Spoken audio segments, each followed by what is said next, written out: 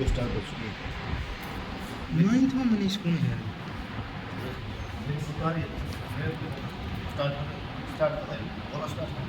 बेटा good morning सभी को, हाउ आर यू? बेटा सभी को गुड मॉर्निंग, नमस्ते, राम राम, जय हिंद, वंदे मातरम।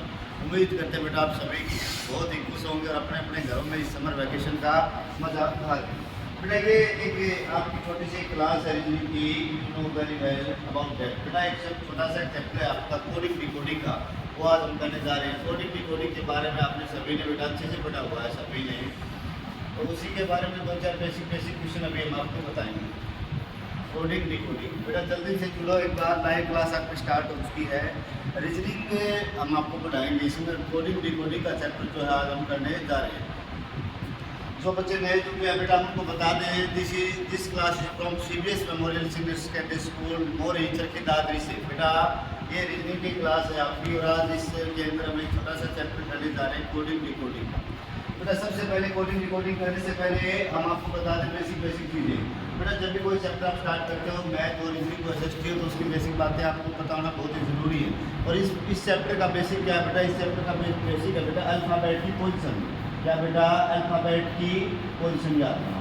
तो बेटा सभी को सबसे पहले चैप्टर स्टार्ट होने से पहले ही मैं बता देता हूँ आपको, सभी ने बचपन में ABCD तो पढ़ी होगी आपने अच्छे से, तो बेटा उनकी पोजीशन आपको अच्छे से याद होनी चाहिए। जैसे आपको पता बेटा A जो आता है बेटा 1 पे, B 2 पे आता है, C आपका बेटा 3 पे आता है। देखो ये चीज़ें बहुत ही ईजी हैं, आपको याद करोगे तो इनके लिए छोटी मोटी ट्रिक भी बता देता हूँ बेटा मैं। जैसे आपने बेटा लिखा है यहाँ पे, जैसे बता देता हूँ आपको भी, G लिखा बेटा, क्या लिखा? G। ये देखो G की पोजीशन होती है बेटा 7, और आप देख रहे हो देखो G के अंदर ही 7 लिखा गया है। G के अंदर ही देखो, अगर आप इसको रख करके देखोगे तो आपको पता चल जाएगा कि 7 क्या है, छुपा रहेगा G के अंदर। तो G की पोजीशन बेटा 7 होगी। इसके अलावा एक शब्द रहेगा बेटा जिसको आप इजीली याद कर सकते हो, वो शब्द है बेटा EJOTY।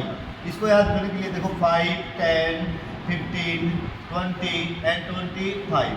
ये देखो 5, 10, 15, 25 EJOTY।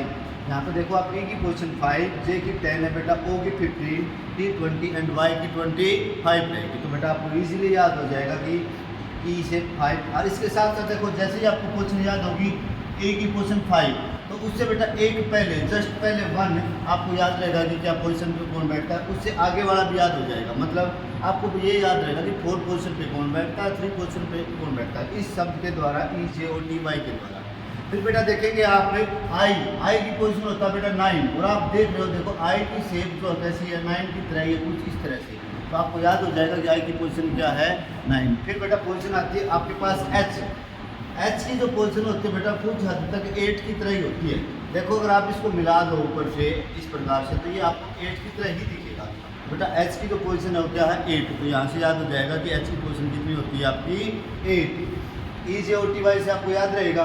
उसके अलावा बेटा T रहता है 20, तो ये तो सभी को पता है, जैसे T20, तो T की पोजीशन कितनी हो जाएगी यहाँ से 20 हो जाएगी। तो बेटा ये A से लेके Z तक जितने भी अल्फ़ाबेट हैं आपको उनकी पोजीशन याद होनी चाहिए, और कुछ बेसिक चीज़ें मैंने आपको बताई कि कैसे इनको याद करना है। ये प्रविंदर बेटा याद देखो आप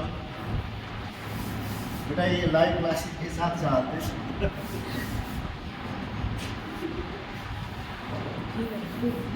ये एक मिनट, सॉरी, ये स्टॉप कर दो एक बार।